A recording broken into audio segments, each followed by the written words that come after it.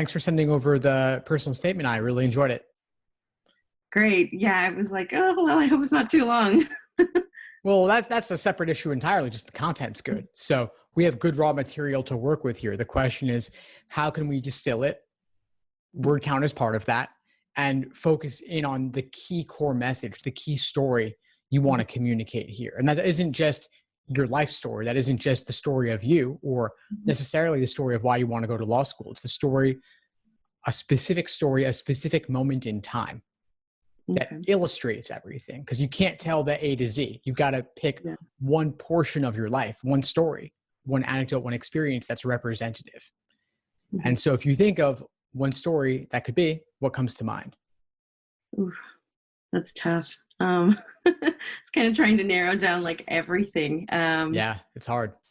I wish I would have brainstormed a couple ideas. Well, you've got a few here already. In this personal statement draft, you have several. So if you could take a moment to read it over if you'd like, but I'm wondering, what's the key thing that comes to mind where you think, I want them to know this? Well, I think with that, I kind of, I was going back and forth as I was writing this, because part of it too is I don't know where I should be focused that makes my point come across. And in the sense, I'm thinking out loud, sorry. That's fine. Thinking more of, is it relevant to really even discuss like my background as an immigrant? Or should I really be focused more on, let's say, maybe in the workplace, right? And I could add a couple of points of saying, look, why I care so much about being kind of that person that influences and changes the conversation is because I've seen this, that, and somehow tie it back to, and this is a little bit about my background, if that makes sense. Yeah, sure. And you also don't have to focus on one thing specifically, period. Like you could have one focus for the personal statement, another focus for a diversity statement. So if you want to talk about your background as an immigrant, you can save that for the diversity statement, and that frees you up to do something else for the main personal statement.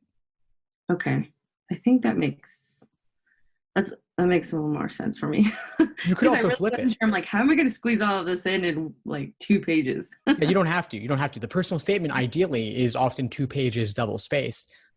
Lengths can vary, but you could save the story of an immigrant background for a diversity statement. And then you, like I said, you use something else for the main personal statement, or maybe you have 2 things that could be diversity statement topics and you choose one for the main statement, the other for the diversity. You have a lot of freedom. You have a lot of flexibility.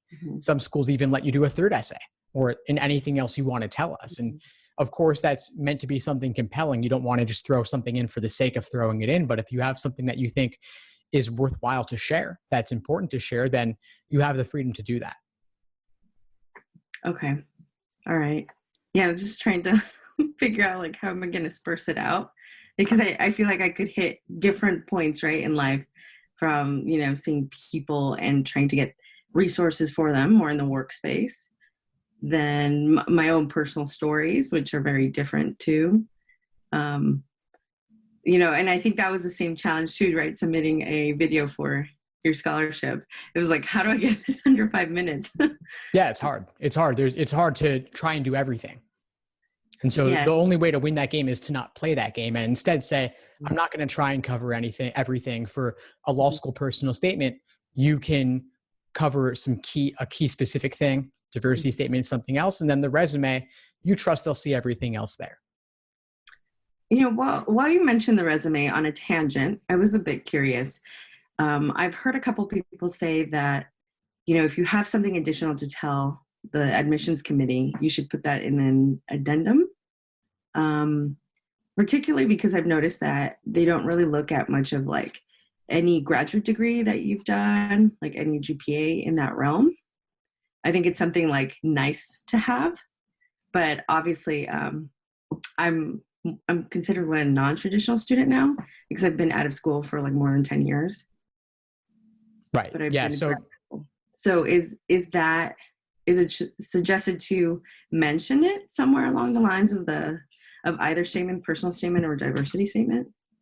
I wouldn't necessarily feel an obligation to, because they'll have your transcripts. they'll have your resume, they'll be able to see that you have a graduate degree, they'll be able to see the GPA associated with that degree, but that's not factored in for LSAC's calculated GPA. So whatever the number is, even if it's a 4.3, it's not going to have that much of an impact to boost your odds overall, because the numbers that count to them are the numbers that go to the ABA, that go to the US News rankings. And so that's kind of what impacts everything, unfortunately. So for better or worse. So what I would suggest is focus on your story. And if there is something that warrants an addendum, you could certainly write that, but it would typically be something that's a little bit more atypical than simply having a graduate degree GPA that's higher than your undergrad. Okay. All right. Yeah, because I feel like I've been out of the academic world for a little bit. So it's kind of like, okay, well, yeah, I have work experience, but let's revert back. Like, let me go back to my academics. And it tends to be a little bit difficult as you've been away out of school for a while. Sure, of course. So Yeah, but admission officers, they'll often say write an addendum, simply because that kind of gets them off the phone, and then it lets you feel the freedom to explain yourself rather than doing it live on the phone with them. But ultimately, it doesn't really matter that much, and students tend to stress about it a lot in cases like that. So addenda can be useful, but I wouldn't always say yes to writing one. But if you have enough things going on, it could be worthwhile. I mean, you definitely have the makings of both a personal statement and a diversity statement here. And so if you'd like, we could talk a little bit about what could go where. Yeah, totally. It's nice to have another set of eyes that's a little more relevant and looks at these things more often. Yeah, sure. I'm happy to help. So we talked a little bit about the option to do a diversity statement on your background coming from an immigrant family, being an immigrant. Is that something you would be interested in doing? I think so. I think that would be of value. And since, I think you've made it very clear of separating the stories, I think it would much be easier as well to follow. Because that was the challenge I was also seeing when I was reading the personal statement, was that I'm jumping from different topics. And I know you want to make it as smooth of a read as possible. Yeah, exactly. So if you were to pick a separate main personal statement topic out of what you've shared in your draft here, what might that be? I think as a separate personal statement, somewhere along the line of the interdisciplinary scope of somehow connecting my education with like my interest of helping people, if that makes sense. I think I went along the long route. I'm looking at my personal statement at the same time. I went the long route of like describing my undergrad. And then I touch upon a little bit of my conversations at work, right, in the casino industry. Okay, so tell me more about those conversations specifically in the work context. I think in work context, since I work in HR, I get a little bit more exposure of the sensitive issues that are happening on properties, anywhere from labor disputes because people feel unsafe in the workplace, to concerns about managers not understanding the workforce, because you've got a lot of line level employees who, most of them are actually immigrants. A good majority don't speak English, or it's not proficient enough. And then it's a challenge of working with management that doesn't also connect with them. And then you start to see things break down. I used to help them with applying for like emergency funding. They were going to get evicted or had other personal issues going on. You start to see leadership making certain decisions for them that I think with a different lens, you ask, why would you do this? And it's as simple as booking buses when it was election time and getting them to go out and vote. What communication were you sharing with these employees? Some of them are Spanish speakers. What type of relations are you having with the culinary union? They're big here in Las Vegas. Smaller things as, how are people even interacting one-on-one with the employees that are coming in to help? Sometimes it's that really subtle type of racism that exists sometimes in those settings, or it's a property president asking me like, are you a DACA student? It raises a couple of eyebrows because it's their lack of exposure, I think sometimes, and a little bit of the presumptions they ever have. So I've kind of been that outlier of having to be kind of the translator, mediator in between, because I have that additional lens of I speak Spanish, I'm Hispanic, and I've been used in that sense to kind of translate things for people, because they also don't understand where is the employee coming from at times, because they're kind of really set in their lens, or hey, maybe we should look at these couple of organizations to include in our green fair. You know, it can come down to even the smallest things on property, where they're, you know, they want to share the goals of like Green Advantage, which is being eco-friendly, right? Because we have a property goal, we need to meet it strategically for the company. But they're not thinking of maybe other types of nonprofits that affect the different types of populations across the company. I mean, even sometimes with internal disputes of employee relations, sometimes you kind of see how they're just speaking two different language on two different wavelengths. Wow. And I let you speak everything there. I could have jumped in a couple of times because I think you got what you needed, or we got what we needed, but I wanted to let that run because you were getting even more great material right there. And given that we are recording this conversation for YouTube and the podcast and such, one of the benefits is that you can go back and rewatch all of this and transcribe it. And this could be your personal statement. Like what you're giving me here is gold. And none of this was in your draft. You just had one throwaway line about casino executives that didn't really have any color or detail to it. But this, to me, shows that you have real exposure to labor law. You might not be a labor attorney, but in your role in HR, you're coming across a lot of things that fall into perhaps a gray area, or maybe they cross the line sometimes in terms of violations, or maybe they're not technically violations, but maybe they should be. And somebody needs to be advocating for these workers. And I get the sense that you sense some injustices, and that might be part of your motivation for wanting to go to law school. And if you can show what you've been exposed to in a real world sense, that not that just you're vaguely motivated by a sense of justice due to outrages that you see in the current events in the news, like that's nice. And there are plenty of applicants like that who are justly motivated and have good reason to want to go to law school. But their reasons are not nearly as compelling as yours, because you have actual exposure, not just in the past couple of weeks since the national news has gotten this story in the headlines every day. It's about you've gotten exposure for who knows how long, weeks, months, years, potentially.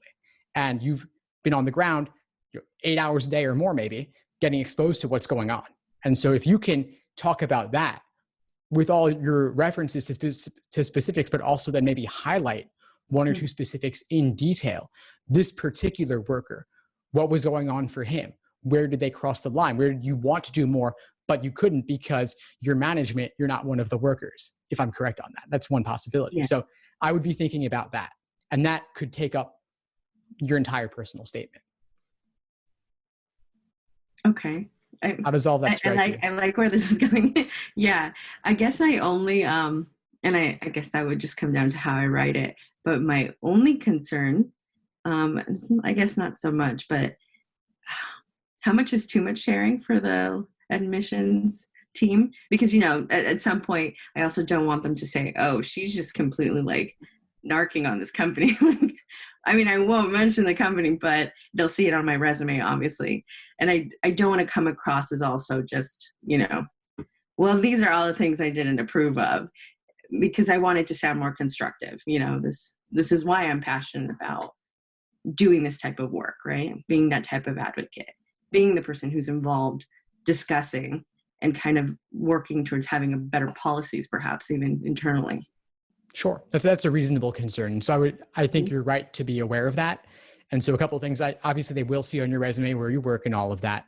I wouldn't necessarily feel the need to name that company in the personal statement specifically. You can anonymize or keep some of the details vague if you want, or maybe change them if they're insignificant in some way, just to truly anonymize and protect everybody involved. But I do think it's important to address some specifics so they can see the sort of stuff that's going on. And then you can also say that it's not about this one company. Maybe this is endemic to the entire industry. Maybe you've gone to conferences or you've spoken with others at other casinos where they've seen similar things going on, or maybe there's a lot of this going on in Nevada in general. So you could broaden it a little bit to make it clear that this isn't just like you want to get revenge on this one company. It's really about much larger issues going on that you've been made aware of due to your work, and you want to be part of the change. And you can obviously, of course, end on a positive note and on a high note in terms of the work that you're looking to do. But a lot of applicants run into the problem of simply making it far too vague, and they'll spend half of it talking about the goals for the future and the work they want to do, but they haven't actually done any of it yet. And many are idealistic before law school, but then once they have all the student loans, they change their career path afterwards. But if you have that work experience prior for X number of years, the larger X is, the more evidence you have of what that you actually want to do what you say you want to do. I think you bring up a good point too, that I was concerned before writing the personal statement of, how much do I need to be speaking about future goals?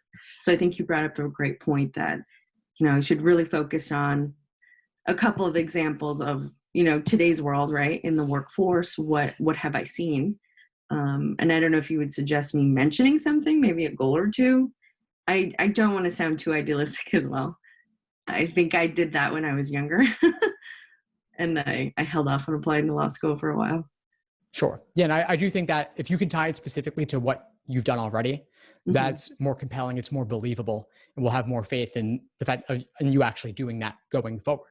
But you don't have to have a specific detailed plan of attack because things change. You haven't actually been to law school yet. And so you may be exposed to new things, or maybe some things you want to do aren't feasible due to the laws, but others are feasible. And then obviously changing the laws is a whole separate conversation.